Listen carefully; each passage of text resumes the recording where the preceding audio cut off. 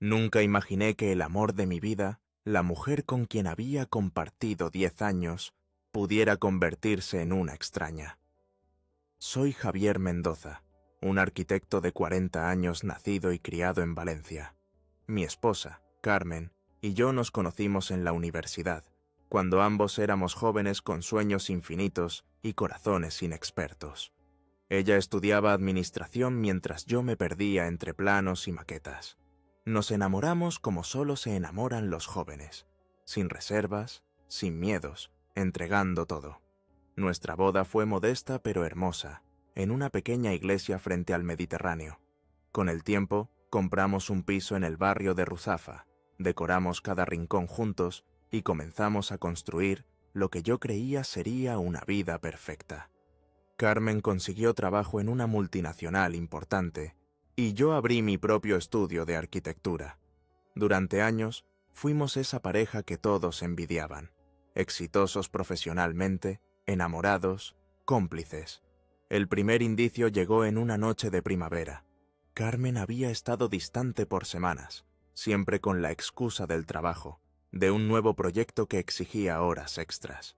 Aquella noche, mientras cenábamos en nuestra terraza bajo el cielo estrellado valenciano, su móvil no dejaba de sonar. Mensajes tras mensajes que ella miraba disimuladamente, pensando que yo no me daba cuenta. La observé sonreír a la pantalla de una manera que hacía meses no sonreía conmigo. ¿Todo bien en el trabajo?, pregunté, fingiendo desinterés mientras servía más vino. Sí, claro. Es Miguel, el nuevo director de marketing.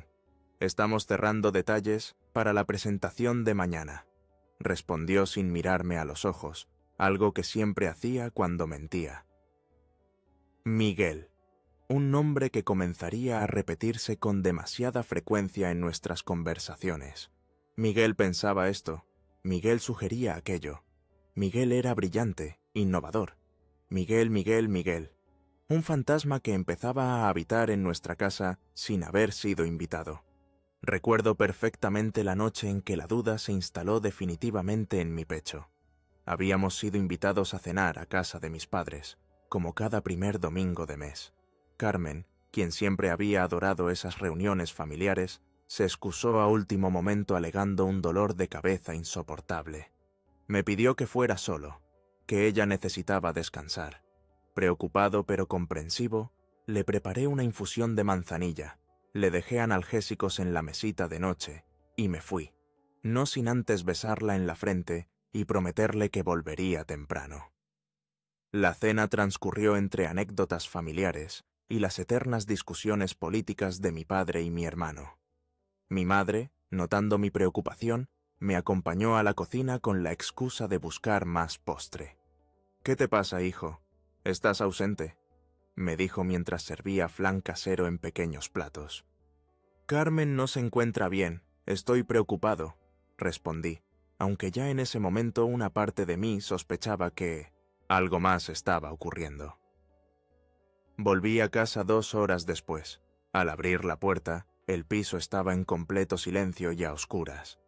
Caminé hacia nuestro dormitorio esperando encontrarla dormida, pero la cama estaba vacía.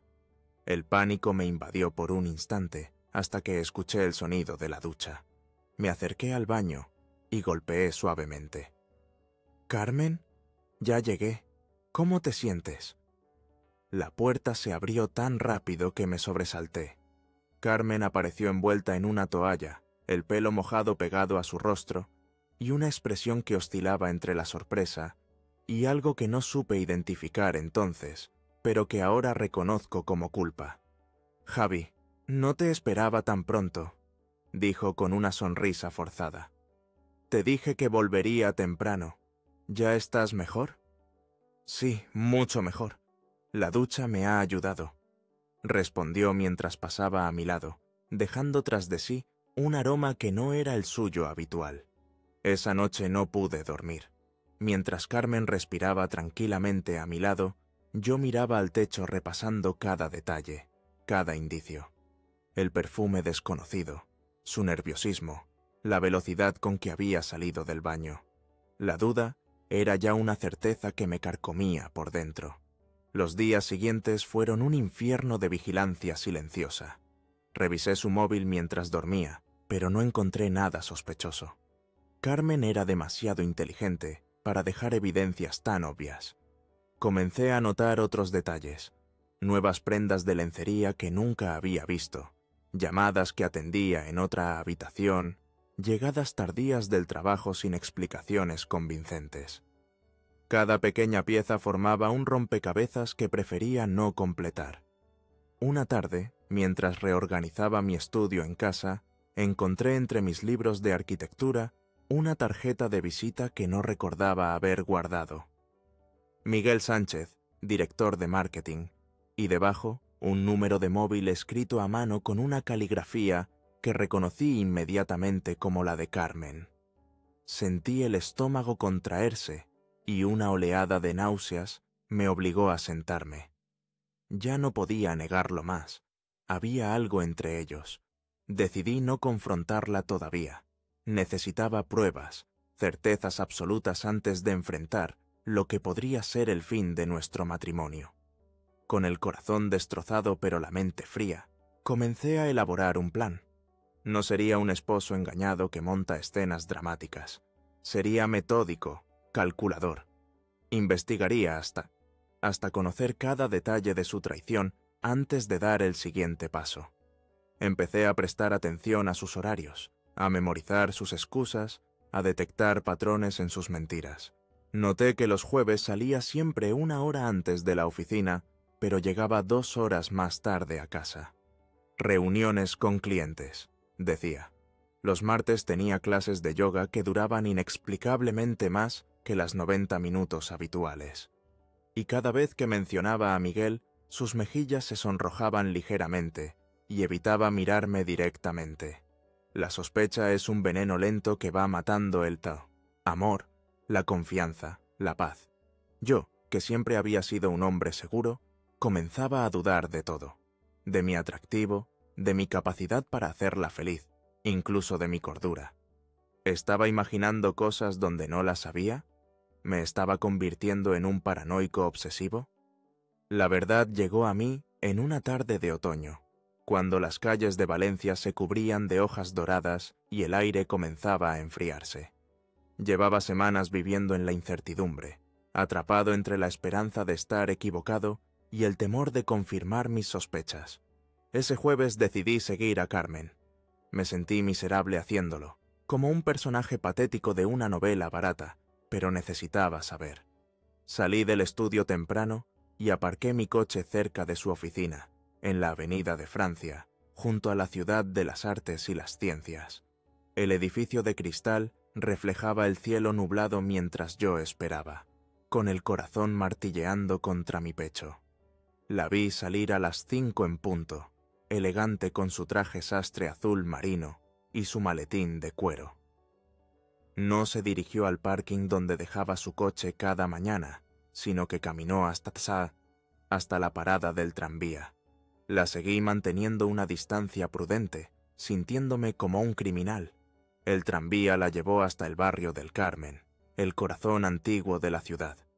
La observé descender y caminar con paso decidido por las callejuelas estrechas, saludando ocasionalmente a algún tendero. Parecía conocer bien la ruta, como si la hubiera recorrido muchas veces antes. Finalmente, entró en un pequeño hotel boutique escondido entre edificios centenarios. La Posada del Silencio. Rezaba un discreto letrero de madera. Me quedé paralizado frente al establecimiento, incapaz de decidir qué hacer a continuación. Parte de mí quería irrumpir allí, confrontarlos, terminar con la farsa de una vez por todas.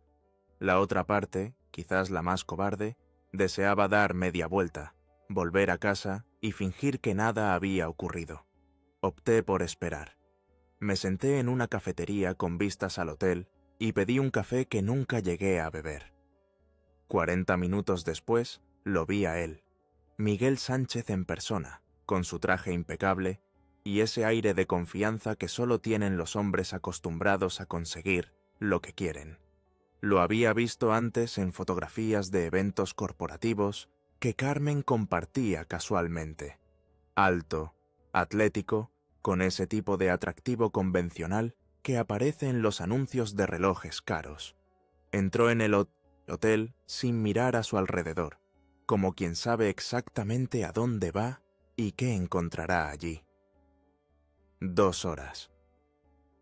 Permanecieron 2 horas dentro, 120 minutos en los que imaginé 1000 escenarios diferentes, cada uno más doloroso que el anterior.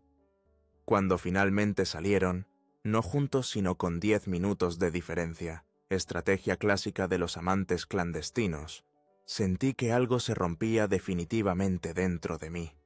Carmen salió primero, arreglándose disimuladamente el pelo frente a una vidriera. Luego él, revisando su móvil con falsa despreocupación. No los seguí más, no necesitaba ver nada más.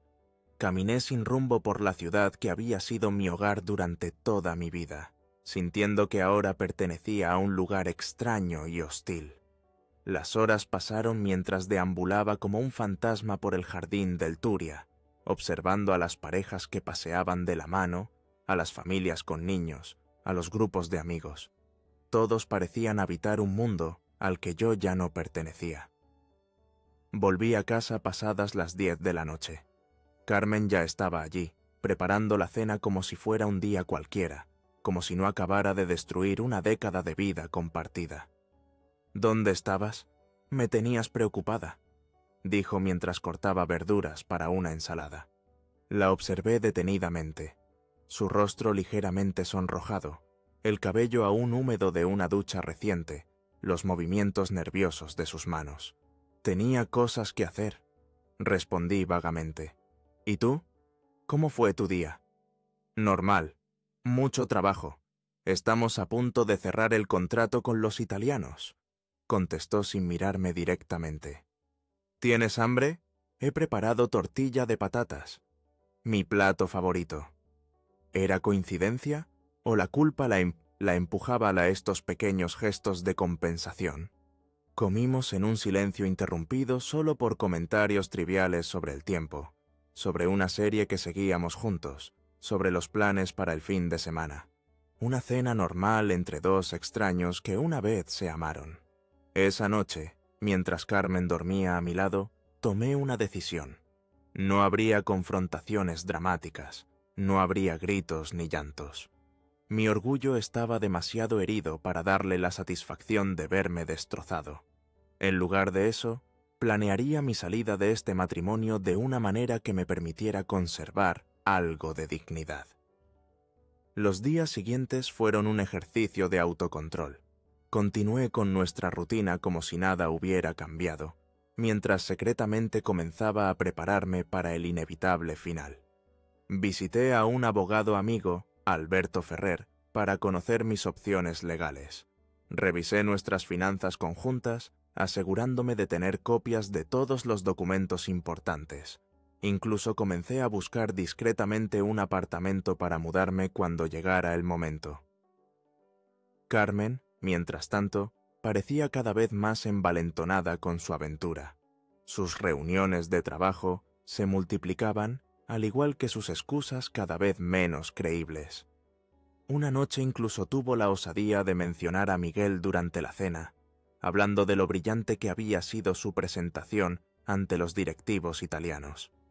«Deberías invitarlo a cenar algún día», sugerí con una sonrisa que no llegaba a mis ojos. «Me gustaría conocer a este hombre que tanto admiras». La vi palidecer momentáneamente antes de recuperar la compostura. «No creo que sea buena idea mezclar trabajo y vida personal», respondió rápidamente. «Además, no creo que tengáis mucho en común». «Nunca se sabe», insistí. «Quizás compartimos más de lo que imaginas». Una semana después de mi descubrimiento, confirmé mis sospechas de la manera más dolorosa posible.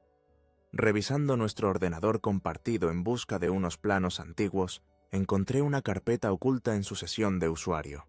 No debería haberla abierto, pero en ese punto la confianza ya no existía entre nosotros. La carpeta contenía fotografías, decenas de ellas. Carmen y Miguel en una playa que reconocí como Javea, donde supuestamente ella había ido con sus amigas de la universidad 3 meses atrás.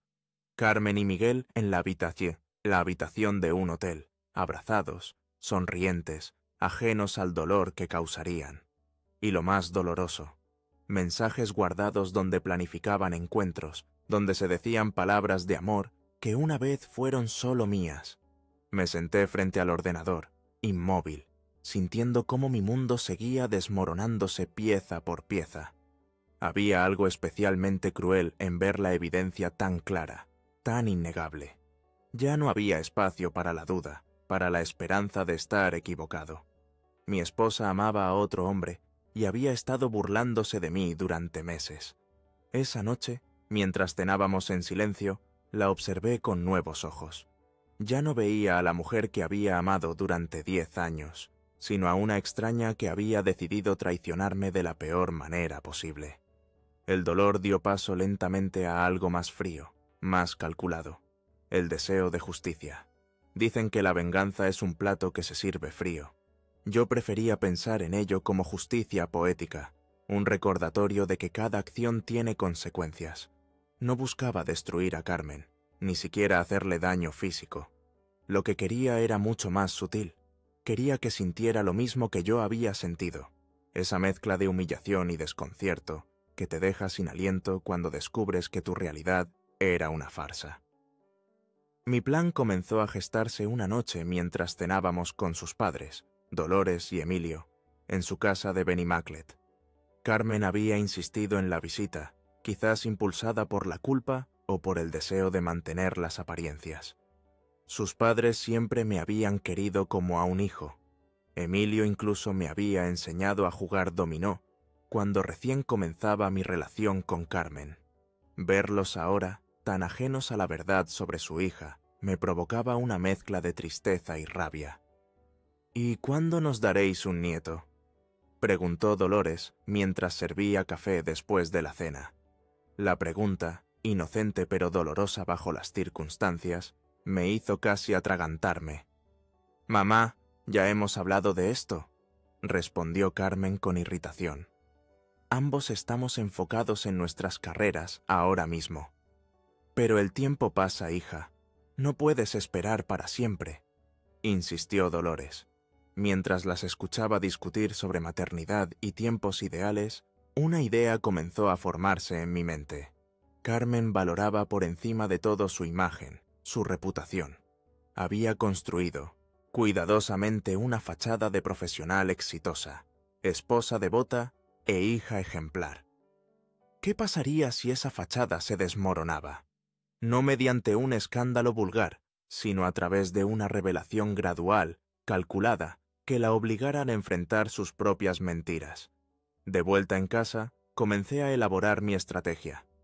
El primer paso era recopilar toda la evidencia de su infidelidad: las fotografías, los mensajes, incluso las facturas del hotel que había encontrado entre sus cosas.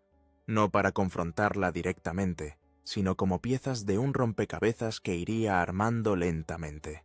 El segundo paso requería paciencia. Durante las siguientes semanas mantuve una actitud normal, incluso cariñosa. La invitaba a cenar a nuestros restaurantes favoritos, le regalaba flores sin motivo aparente, planeaba escapadas de fin de semana que sabía que rechazaría con alguna excusa relacionada con el trabajo. Cada gesto tenía un propósito doble: hacerla sentir segura y, simultáneamente, aumentar su culpa. Una noche, mientras cenábamos en El Reloj, un restaurante junto al puerto donde habíamos celebrado varios aniversarios, dejé caer casualmente el nombre de Miguel. «¿Sabes? Me encontré con Miguel Sánchez hoy», dije mientras cortaba un trozo de paella. Vi cómo se tensaba inmediatamente, cómo su mano se detenía a medio camino hacia su copa de vino. «Ah, ¿sí? ¿Dónde?» «En el mercado de Colón. Estaba comprando flores, rosas rojas, para ser exacto», respondí con naturalidad. «Me pareció curioso porque justo ayer mencionaste que había rosas rojas en tu oficina. El mundo es un pañuelo, ¿no crees?» Su rostro palideció ligeramente antes de recuperar la compostura. «Seguro que son para su esposa». dijo con una voz que intentaba sonar despreocupada. ¿Miguel está casado? No lo sabía, respondí, sabiendo perfectamente que no lo estaba. Deberías invitarlos a cenar algún día. Me encantaría conocer a su mujer. El resto de la cena transcurrió en un silencio incómodo. Cuando volvimos a casa, Carmen se encerró en el baño durante casi una hora. Podía imaginarla llamando frenéticamente a Miguel, preguntándole si realmente nos habíamos encontrado, advirtiéndole sobre mi aparente conocimiento de su relación. La semana siguiente marqué el inicio de la segunda fase de mi plan. Contraté a un diseñador gráfico, un antiguo cliente llamado Raúl, para que creara una página web aparentemente profesional. Le dije que era parte de un proyecto personal, una novela gráfica sobre infidelidad y sus consecuencias en la era digital. Raúl, entusiasmado con la idea, creó exactamente lo que necesitaba. Una plataforma elegante pero inquietante titulada Mentiras en Valencia. El sitio era simple pero efectivo. Contaba, a través de fotografías editadas para proteger identidades pero reconocibles para los involucrados, la historia de una aventura extramatrimonial en nuestra ciudad. Cada semana se publicaría un nuevo capítulo con detalles cada vez más específicos. Los nombres estaban cambiados, por supuesto, pero cualquiera que conociera a Carmen y Miguel podría comenzar a notar las coincidencias, los lugares, las fechas, ciertos detalles que solo ellos reconocerían. Envié el enlace anónimamente a varios compañeros de trabajo de Carmen, presentándolo como un proyecto artístico que exploraba la doble vida de ciertos profesionales valencianos. También lo compartí en grupos de Facebook relacionados con su empresa, siempre bajo la apariencia de un contenido cultural interesante. La bomba estalló un martes por la mañana. Carmen llegó a casa temprano, algo inusual. Su rostro estaba desencajado, una mezcla de furia y pánico que nunca le había visto antes. ¿Has visto esto?, me espetó, mostrándome su móvil con la página web abierta. Alguien está publicando esta basura, y en la oficina todos piensan que somos nosotros. Fingí sorpresa, examinando el sitio con aparente confusión. ¿Por qué pensarían eso? Los protagonistas ni siquiera se llaman como vosotros. Pero hay demasiadas coincidencias, Javier. El hotel es el mismo donde tuvimos una reunión de empresa hace unos meses. ¿Y la descripción de la mujer? Algunos dicen que se parece a mí. Es ridículo, respondí con calma. Seguramente es solo ficción o habla de otra pareja. Valencia está llena de gente. Durante las semanas siguientes, observé cómo Carmen se desmoronaba lentamente. Cada nuevo capítulo de Mentiras en Valencia revelaba detalles más específicos. Un reloj idéntico al que Miguel le había regalado en su cumpleaños, una descripción detallada del vestido que había usado en su última escapada juntos, incluso una referencia a una marca de vino que solían compartir. La paranoia comenzó a consumirla. Se volvió cautelosa con su teléfono, canceló varios encuentros con Miguel, lo supe porque revisaba frenéticamente su agenda cuando creía que no la observaba. E incluso comenzó a inventar excusas para no asistir a eventos de trabajo donde él estaría presente. El golpe maestro llegó cuando incluí en uno de los capítulos una referencia a un lunar específico que Carmen tenía en la parte baja de la espalda, un detalle íntimo que solo alguien muy cercano a ella podría conocer. Esa noche la encontré llorando en nuestro dormitorio. «Alguien nos está espiando, Javier», dijo entre sollozos. «Alguien que me conoce muy bien está tratando de destruirme». La abracé, ofreciéndole consuelo mientras ocultaba mi satisfacción. «¿Por qué alguien querría hacerte daño? No tiene sentido». «No lo sé», respondió, aferrándose a mí como no lo había hecho en meses. «Tengo miedo de que esto llegue a oídos de mis padres, de que mi reputación en la empresa se arruine». «Quizás deberías hablar con Miguel», sugerí inocentemente. «Si en la oficina piensan que vosotros sois los protagonistas, él también debe estar preocupado».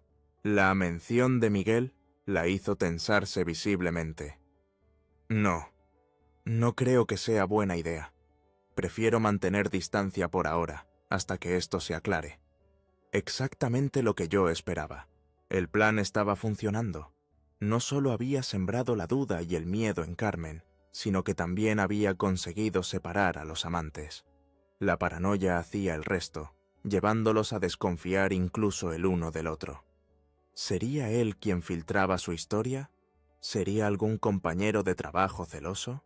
Las posibilidades eran infinitas, y todas igualmente aterradoras para alguien que valoraba tanto su imagen pública como Carmen. A medida que pasaban las semanas, mi plan comenzaba a dar frutos más allá de lo que había imaginado. El sitio web Mentiras en Valencia se había convertido en tema de conversación no solo en la empresa de Carmen, sino en varios círculos profesionales de la ciudad. La gente comentaba cada nuevo capítulo, intentando adivinar quiénes eran los verdaderos protagonistas de aquella historia que caminaba en la fina línea entre la ficción y la realidad. Carmen vivía en un estado constante de ansiedad.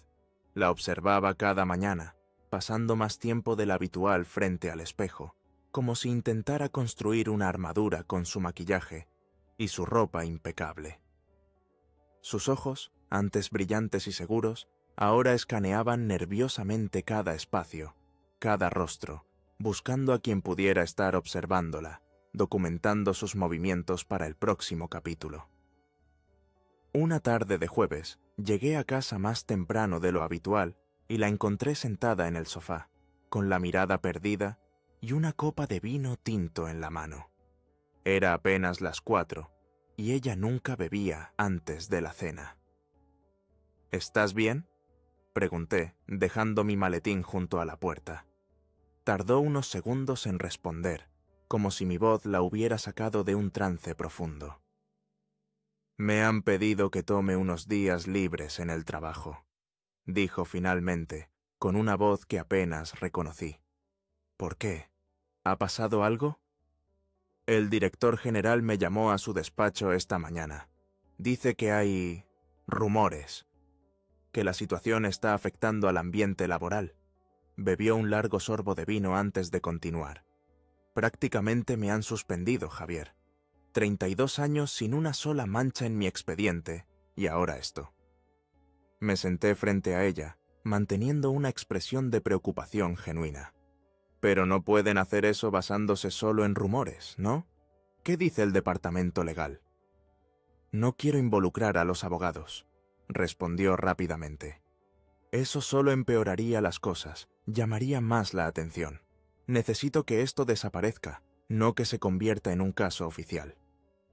Su pánico ante la idea de una investigación formal me confirmó lo que ya sabía. Había demasiada verdad en aquellos rumores como para arriesgarse a un escrutinio detallado. «¿Y Miguel?», pregunté, observando cuidadosamente su reacción. «¿También le han pedido que se tome unos días?» Su rostro se endureció al escuchar su nombre. «Miguel ha pedido un traslado a la oficina de Madrid. Al parecer tenía la solicitud preparada desde hace semanas.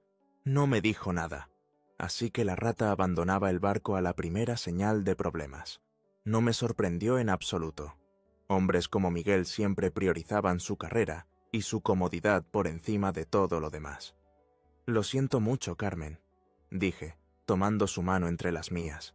«Sé cuánto significa tu trabajo para ti». Ella apretó mi mano con fuerza, buscando un ancla en medio de su tormenta personal. «A veces pienso que alguien quiere destruirme deliberadamente, Javi. Que esto es algún tipo de venganza». La miré directamente a los ojos, aquellos ojos que tantas veces me habían mentido. «¿Y por qué alguien querría vengarse de ti? ¿Has hecho algo que pudiera lastimar a alguien de ese modo?» Su mirada huyó de la mía, encontrando repentino interés en el fondo de su copa de vino. «No, claro que no», murmuró, pero el temblor en su voz delataba su incertidumbre. La fase siguiente de mi plan comenzó con una invitación aparentemente inocente. El padre de Carmen cumplía 60 años y Dolores había organizado una celebración familiar en su casa de Benimaclet. Carmen había considerado cancelar su asistencia, temerosa de enfrentar las preguntas de sus familiares sobre su repentino descanso laboral, pero la insistencia de su madre había sido imposible de eludir. «Podríamos llevar algunas fotos antiguas», sugerí, mientras nos preparábamos para la celebración. «A tu padre le encantaría ver recuerdos de vuestros viajes familiares». Carmen asintió distraídamente, demasiado absorta en su propia ansiedad como para cuestionar mis intenciones. Preparé cuidadosamente un álbum digital, una selección de fotografías que abarcaban nuestra década juntos. Vacaciones en Formentera, navidades en familia, celebraciones de cumpleaños. Y, estratégicamente colocadas entre ellas, algunas imágenes extraídas de la carpeta secreta de Carmen. Ella y Miguel en situaciones que, aunque no explícitamente comprometedoras, resultaban lo suficientemente íntimas como para levantar sospechas. La fiesta transcurría con la calidez típica de las reuniones familiares valencianas. El aroma de la paella recién hecha impregnaba la casa, las conversaciones fluían animadas entre anécdotas y risas, y el homenajeado, Emilio, resplandecía de felicidad rodeado de sus seres queridos. Después de la comida, cuando todos estábamos relajados con una copa de mistela casera, saqué mi tablet. «He preparado una pequeña sorpresa para Emilio», anuncié. «Un recorrido por los momentos más especiales que hemos compartido». Conecté el dispositivo al televisor del salón y comencé la presentación. Las primeras fotografías provocaron exclamaciones de nostalgia y comentarios cariñosos. Carmen, sentada junto a su madre, parecía relajarse por primera vez en semanas, quizás conmovida por aquellos recuerdos de tiempos más sencillos. Y entonces apareció Carmen y Miguel en una terraza frente al mar, brindando con copas de cava, sus rostros demasiado cercanos para ser solo compañeros de trabajo. Cambié rápidamente a la siguiente imagen, como si no me hubiera dado cuenta, pero el daño ya estaba hecho. Vi cómo el rostro de Dolores se contraía en una expresión de confusión, cómo sus ojos iban de la pantalla a su hija y luego a mí. «¿Quién es ese hombre, Carmen?», preguntó con una voz engañosamente casual. «Un colega», respondió Carmen con un hilo de voz. «Miguel Sánchez, el director de marketing». Pasé a otra fotografía comprometedora, esta vez de ellos caminando de la mano por una playa al atardecer. De nuevo, cambié rápidamente, fingiendo no notar nada extraño. «Pareces muy cercana a ese colega», comentó la tía Pilar, siempre atenta a los detalles y amante de los chismes familiares. Es un buen amigo», balbuceó Carmen. La vi lanzarme una mirada de pánico, suplicándome silenciosamente que detuviera la presentación. «Qué curioso», intervino Emilio, quien rara vez participaba en conversaciones sobre la vida personal de su hija. «Nunca nos has hablado de él». La presentación continuó unos minutos más, alternando fotografías inocentes con aquellas cuidadosamente seleccionadas para sembrar la duda. Cuando terminó, la atmósfera en la sala había cambiado completamente. La alegría festiva había sido reemplazada por una tensión palpable, un silencio incómodo que nadie parecía capaz de romper. Carmen se excusó para ir al baño y no regresó durante casi 20 minutos. Cuando volvió, sus ojos estaban enrojecidos y su maquillaje cuidadosamente retocado. El resto de la tarde transcurrió en una especie de normalidad forzada, con conversaciones superficiales y sonrisas que no llegaban a los ojos. De camino a casa, el silencio en el coche era tan denso que casi podía tocarlo. Finalmente, cuando estábamos a punto de llegar a nuestro piso, Carmen habló. «¿De dónde sacaste esas fotos?», preguntó con una voz fría que no reconocí. «¿Qué fotos?», respondí con fingida inocencia. «No juegues conmigo, Javier. Sabes perfectamente de qué fotos hablo». Aparqué frente a nuestro edificio y apagué el motor antes de responder. Las encontré en nuestro ordenador. No estaban precisamente escondidas. Esa noche, nuestro apartamento se convirtió en el escenario de una verdad demasiado tiempo postergada. Subimos en silencio por el ascensor, cada uno perdido en sus propios pensamientos. Al entrar, Carmen dejó caer su bolso sobre el sofá y se sirvió otro vaso de vino, el tercero o cuarto del día, algo inusual en ella que siempre había sido tan controlada. ¿Desde cuándo lo sabes?, preguntó finalmente, su voz quebrada por el peso de una mentira que ya no podía sostener. Me senté frente a ella, manteniendo una calma que contrastaba con la tormenta interior que había soportado durante meses. Hace tiempo. Lo suficiente. ¿Por qué no dijiste nada? ¿Por qué seguir viviendo así, fingiendo que todo estaba bien? La pregunta me hizo sonreír con amargura. La audacia de cuestionar mi silencio cuando ella había sido quien traicionó nuestra confianza resultaba casi cómica en su absurdo. Podría preguntarte lo mismo, Carmen. ¿Por qué seguir aquí, compartiendo esta casa, esta vida, si estabas enamorada de otro hombre? Ella desvió la mirada, incapaz de enfrentar la verdad que flotaba entre nosotros como un fantasma tangible. No es tan simple, Javier. Yo no estaba buscando que esto pasara. Nadie busca que pasen estas cosas, respondí con calma. Pero tomamos decisiones, Carmen. Tú decidiste mentirme cada día durante meses. Decidiste encontrarte con él en hoteles mientras yo te esperaba en casa. Decidiste construir una vida paralela a espaldas de todos. ¿Y tú decidiste humillarme frente a mi familia?, contraatacó, la vergüenza transformándose rápidamente en ira defensiva. ¿Crear ese maldito sitio web para destruir mi reputación? Porque sé que fuiste tú, Javier. Nadie más conocía esos detalles. No negué su acusación. No tenía sentido a estas alturas. No busqué humillarte, Carmen. Solo quería que sintieras algo de lo que yo sentí cuando descubrí tu traición. La diferencia es que yo no hice público nada que no fuera cierto. Se levantó abruptamente, derramando parte del vino sobre la alfombra blanca que habíamos comprado juntos en Marruecos años atrás. La mancha roja se expandió como una pequeña herida, recordándome cuánto habían cambiado nuestras vidas desde aquel viaje feliz. ¿Te das cuenta de lo que has hecho? Mi carrera está en peligro. Mis padres apenas me miraban hoy. Todo por tu venganza enfermiza. Tu carrera está en peligro porque decidiste acostarte con tu jefe, Carmen.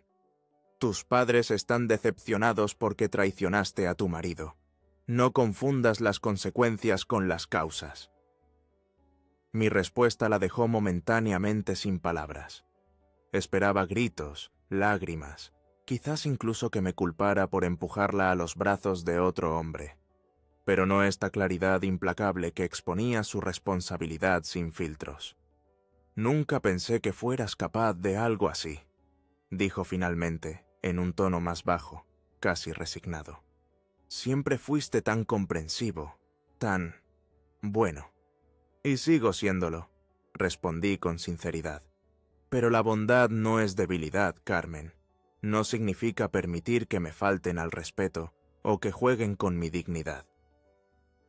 Nos quedamos en silencio durante lo que pareció una eternidad. El reloj de la cocina marcaba el paso del tiempo con un tic-tac que resonaba en el apartamento como un latido mecánico, recordándonos que la vida continuaba a pesar de nuestro pequeño apocalipsis personal. ¿Qué va a pasar ahora?, preguntó finalmente, su voz apenas un susurro. Eso depende en parte de ti, respondí. El sitio web desaparecerá mañana mismo. No tengo interés en seguir alimentando esa historia. Pero nuestro matrimonio, eso es otra cuestión. ¿Quieres el divorcio? Su pregunta sonaba más como una confirmación que como una duda real. Creo que ambos sabemos que no hay vuelta atrás después de algo así. La confianza, una vez rota, es como un espejo. Puedes intentar repararlo, pero siempre verás las grietas cuando te mires en él. Carmen asintió lentamente, como si cada movimiento le costara un esfuerzo enorme. Miguel se ha ido, dijo después de un momento. Me dejó un mensaje diciendo que necesitaba distancia, que su carrera estaba primero. Ni siquiera tuvo el valor de hablar conmigo cara. a cara. No sentí la satisfacción que esperaba al escuchar aquella confirmación de la cobardía de Miguel. En su lugar, experimenté una extraña compasión por Carmen, quien había arriesgado todo por un hombre que la abandonaba al primer signo de problemas. «Lo siento», dije, y lo decía en serio. A pesar de todo, una parte de mí seguía amando a la mujer que ella había sido, o que yo había creído que era. «¿Lo sientes? ¿Después de todo lo que has hecho para separarnos?» «No lo hice para separaros, Carmen. Lo hice para que enfrentaras las consecuencias de tus actos. Y sí, siento que hayas perdido tanto por alguien que claramente no lo merecía». Ella me miró con una mezcla de confusión y algo parecido al respeto reluctante. Quizás era la primera vez en mucho tiempo que veía al hombre que realmente era, no la figura dócil y predecible que había dado por sentada. Esa noche dormimos en habitaciones separadas. Yo en nuestro dormitorio, ella en la habitación de invitados que rara vez habíamos utilizado. La distancia física apenas reflejaba el abismo emocional que se había abierto entre nosotros, un vacío que ninguna reconciliación podría llenar. A la mañana siguiente, desperté con la extraña calma que sigue a las grandes tormentas. Me preparé un café y salí a la terraza, observando cómo Valencia despertaba bajo un cielo sorprendentemente despejado para ser noviembre. Respiré profundamente, sintiendo que cada inhalación me alejaba un poco más del dolor que había sido mi compañero constante durante meses. Carmen apareció poco después, vestida con ropa formal, como si se preparara para ir a la oficina, aunque sabía que no tenía que presentarse allí en varios días. «He estado pensando», dijo, apoyándose en la barandilla, a cierta distancia de mí, «sobre nosotros, sobre todo lo que ha pasado». Esperé en silencio, dándole espacio para continuar. «Lo que hice no tiene justificación», continuó. «Podría intentar explicarte cómo me sentía, hablar de la atención que Miguel me daba cuando tú estabas tan absorto en tu trabajo, mencionar la emoción de sentirme deseada de nuevo. Pero nada de eso importa realmente. Te traicioné, y eso es un hecho que no puedo cambiar».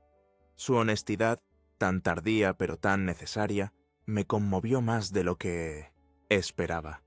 «¿Por qué ahora, Carmen? ¿Por qué esta sinceridad cuando ya todo está roto?» «Porque lo he perdido todo», respondió con una franqueza que le agradecí. «Mi amante, mi trabajo, el respeto de mi familia, y ahora mi matrimonio. No me queda nada que proteger, ninguna mentira que mantener». Asentí, comprendiendo perfectamente esa sensación de libertad que viene cuando ya no tienes nada que perder. «Voy a ir a casa de mis padres unos días», continuó.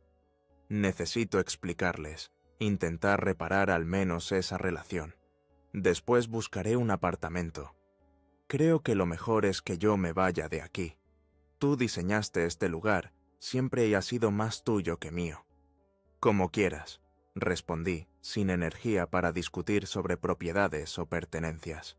Los objetos materiales parecían insignificantes frente al colapso de una década compartida. «Hay algo más que necesito saber», dijo después de un momento de silencio. «El sitio web, las fotos en la fiesta de mi padre, ¿era esa toda tu venganza o hay más? Necesito estar preparada». La miré directamente, viendo en sus ojos el miedo genuino a más humillaciones públicas, a más secretos expuestos ante quienes ella valoraba. «No habrá más, Carmen. No soy un monstruo, solo un hombre herido que quería que sintieras algo de mi dolor. Ya ha terminado». Han pasado 6 meses desde que Carmen se fue de casa. 6 meses de reconstrucción silenciosa, de aprender a habitar espacios que antes compartíamos, de redescubrir quién soy cuando no estoy definido por mi matrimonio. El invierno dio paso a una primavera especialmente hermosa en Valencia, como si la ciudad quisiera recordarme que después de las temporadas más oscuras, siempre regresa la luz. El proceso de divorcio fue sorprendentemente civilizado. Ninguno de los dos tenía energía para batallas legales prolongadas, para discutir por cada plato o cada recuerdo compartido. Dividimos nuestras posesiones con la misma eficiencia práctica con la que una vez planificamos vacaciones o cenas con amigos. Carmen se quedó con el coche, yo con el apartamento. Ella tomó las obras de arte que habíamos coleccionado juntos.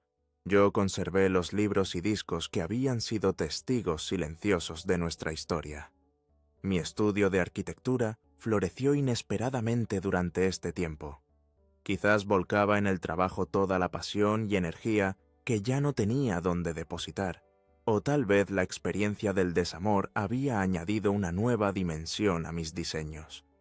Lo cierto es que nunca había sido tan creativo, tan arriesgado en mis propuestas. Gané 2 concursos importantes y contraté a 2 arquitectos jóvenes para poder gestionar todos los proyectos que comenzaban a llegar. Una tarde de mayo, mientras revisaba los planos para la rehabilitación de un antiguo edificio en el barrio del Cabañal, recibí una llamada de Emilio, el padre de Carmen. Su voz, normalmente vigorosa, sonaba cansada, casi frágil. «Javier, hijo, ¿podríamos vernos? Hay algo que necesito hablar contigo». Acordamos encontrarnos en La Pepica, el restaurante de paella junto al paseo marítimo donde solíamos celebrar los cumpleaños familiares. Al llegar, lo encontré ya sentado en una mesa, con vistas al mar, más envejecido de lo que recordaba, como si el peso de los últimos meses hubiera acelerado el paso del tiempo en su rostro. «Gracias por venir», dijo mientras nos servían 2 cervezas que él ya había pedido. «Sé que no es fácil para ti seguir teniendo contacto con nosotros después de todo». «Siempre serás familia para mí, Emilio», respondí con sinceridad. «Los sentimientos no desaparecen por un papel de divorcio». Él asintió, agradecido por mis palabras. Hablamos brevemente sobre temas superficiales, mi trabajo, su huerto en Benimaclet, el tiempo inusualmente cálido para la época. Pero ambos sabíamos que no estábamos allí para intercambiar trivialidades. «Carmen ha decidido aceptar un trabajo en Barcelona», dijo finalmente, mirando hacia el horizonte donde el azul del cielo se fundía con el del mar. «Se va la próxima semana». La noticia me impactó más de lo que esperaba. Había asumido que en algún momento nuestros caminos se separarían geográficamente, pero la inminencia de su partida me provocó una extraña sensación de pérdida, como si estuviera despidiéndome nuevamente de algo que ya había dejado ir. «Es una buena oportunidad para ella», comenté, intentando mantener un tono neutral. «Barcelona es una ciudad fantástica». «Lo es», concordó Emilio. «Pero no es por eso que quería verte». Hizo una pausa, como reuniendo fuerzas para lo que venía a continuación. «Necesito que sepas que Dolores y yo nunca hemos dejado de considerarte parte de nuestra familia. Lo que Carmen hizo nos rompió el corazón a todos, no solo a ti». Sus palabras, tan honestas y directas, desarmaron las pocas defensas que aún mantenía. Durante todos estos meses había evitado el contacto con los padres de Carmen, no por resentimiento sino por el temor de causarles más dolor, de obligarlos a tomar partido en una guerra que ninguno habíamos elegido. «Gracias, Emilio, eso significa mucho para mí». «Carmen nos contó todo», continuó, ahora mirándome directamente. «No solo la infidelidad, sino también cómo reaccionaste. Ese sitio web, las fotos, fue ingenioso, debo admitirlo. Doloroso, pero ingenioso». No supe qué responder. Nunca había considerado que mis actos de venganza pudieran ser vistos con algo parecido a la admiración, especialmente por el padre de la mujer a quien había expuesto. «No estoy orgulloso de eso», admití finalmente. Estaba herido y quería que ella sintiera algo de ese dolor. «Lo entiendo mejor de lo que crees», dijo Emilio con una sonrisa triste.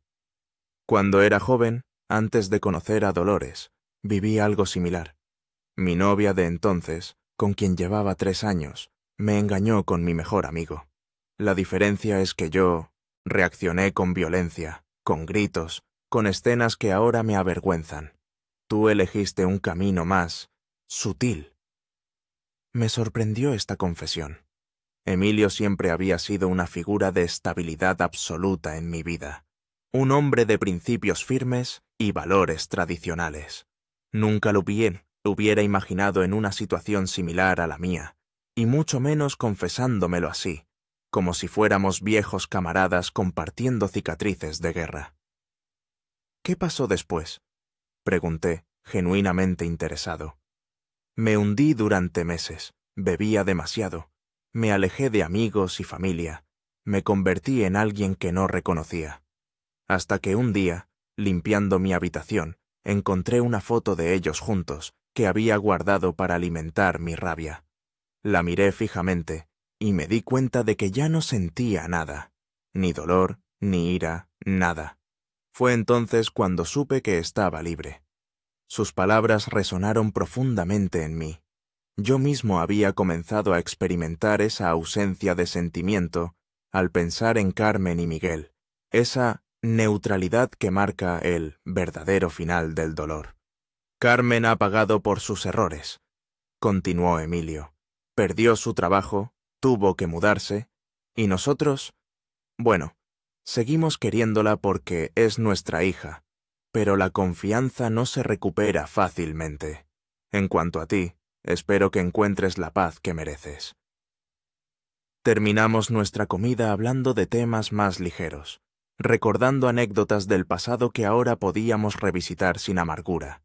Al despedirnos, Emilio me abrazó con fuerza, como solía hacerlo en las reuniones familiares, y sentí que cerrábamos un capítulo juntos. Caminé por el paseo marítimo después de nuestra reunión, dejando que la brisa mediterránea despejara mis pensamientos. Me detuve frente al mar, ese testigo eterno de tantas historias humanas, y recordé una frase que mi abuelo solía repetir. El mar no guarda rencor por los barcos que lo surcan, ni por las tormentas que lo agitan. Simplemente continúa, imperturbable en su grandeza. Esa noche, en la soledad de mi apartamento, realicé un pequeño ritual que había estado posponiendo. Reuní todas las fotografías físicas que tenía de Carmen y de nuestro matrimonio, los pequeños recuerdos de viajes compartidos, las cartas y notas que habíamos intercambiado a lo largo de los años. No los destruí ni los oculté. Simplemente los coloqué en una caja de madera que había diseñado y construido durante mis estudios de arquitectura, mi primer proyecto personal. La caja no iría al trastero ni sería desechada. Permanecería visible en mi estudio, no como un recordatorio de la traición o del dolor, sino como testimonio de una etapa de mi vida que, a pesar de su final amargo, me había transformado en el hombre que ahora era. No renegaba de esos años ni los consideraba un tiempo perdido.